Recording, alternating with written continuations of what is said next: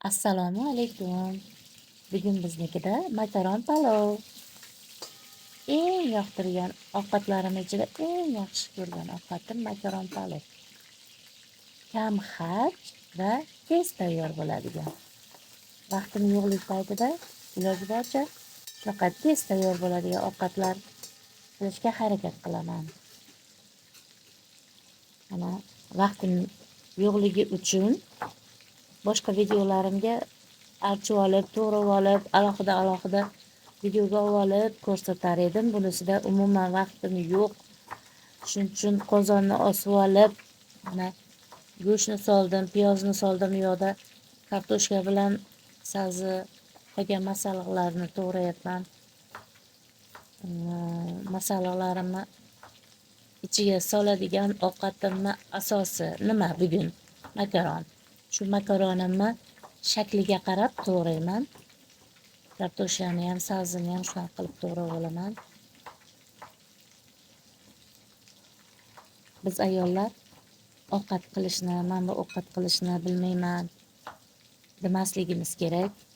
Ayniqsa hozirgi zamonda internet, YouTube, Instagramlar rivojlanib turgan paytda hozir ovqat tayyorlash juda ham oson bo'lib qoldi. Nima ovqat yegimiz kelsa, shuni nomini yozsak YouTube'ga, o'sha ovqatni tayyorlashini ko'rsatib, iloji boricha yedirib ham qo'yyapti-da. Ko'rib bir marta, ikki marta tayyorlab ko'rishimiz kerak. O'xshamasa, birinchi, ikkinchisida o'xshamasa, uchinchisida albatta o'xshaydi. Baribir tayyorlab ko'raverishimiz kerak. Uyimizdagilarga ham yoqadi. Yangi kunda yangi boshqacha ovqatlar tayyorlab yedirsak, xo'jayinga ham, bolalarimizga ham yoqadi. Shuning uchun biz ayollar izlanishimiz kerak, harakat qilishimiz kerak. Shu qanchalik mazali ovqatlar tayyorlasak, oila a'zolarimiz ham iloji boricha ko'chada ovqat yemasdan uyga talpinadi. Iloji boricha uyda yeyman, ko'chani ovqatidan ko'ra o'zimni uyimdagi ovqatim mazaliroq deb ko'chada ortiqcha pul sarflamasdan uyga kelishadi. Shuning uchun harakat qilib ko'raverishimiz kerak bo'lgan. Piyozim bilan go'shtim qovurilyapti.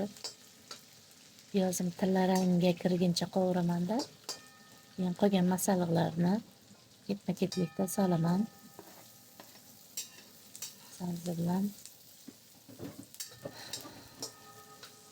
bilan kartoshka.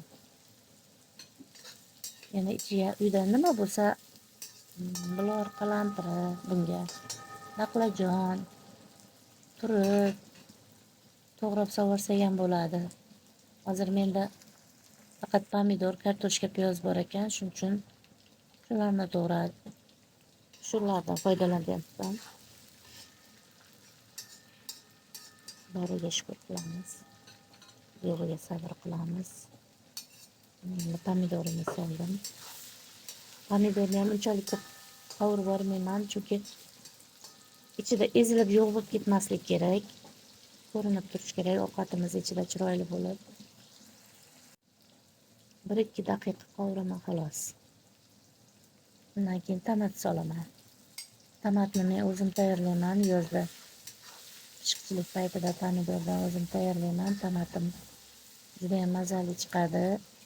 Taxir bo'lmasin deb o'sha tayyorlash jarayonida oz-ozdan shakar sovuraman-da, shuning uchun juda ham mazali chiqadi.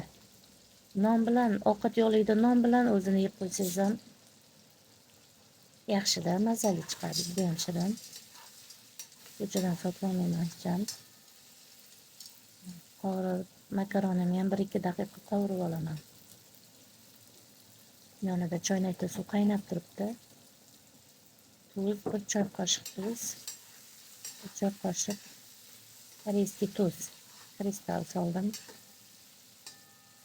Ular ham o'zgacha ta'm beradi, kristal ham mazaliroq bo'ladi ovqatimiz. Uyda chesnok bargi bilan ukropim bor ekan to'g'ralgan. Bilan bir chimdim sovardim.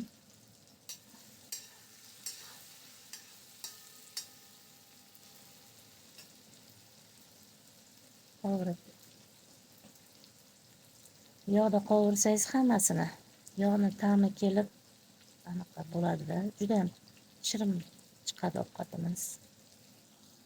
Har bir ovqatga qora zira solishga harakat qilaman, chunki qora zira metabolizmni yaxshilaydi. Hazm qilish jarayonlari juda ham normada ishlaydi. Shuning uchun bir choy qoshiq mana qora zirani ham ezib sovuraman.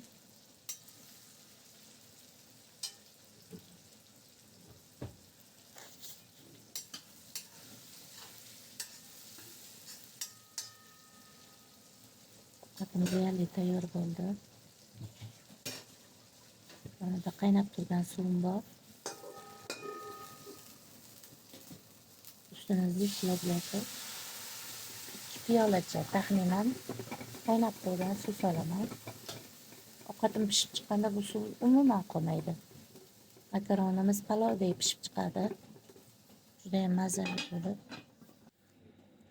Tagini olovni pasaytirib 15 daqiqaga dimlab qo'yaman. Mana makaronimiz tayyor bo'ldi. Ko'rinishi juda ham chiroyli va mazali.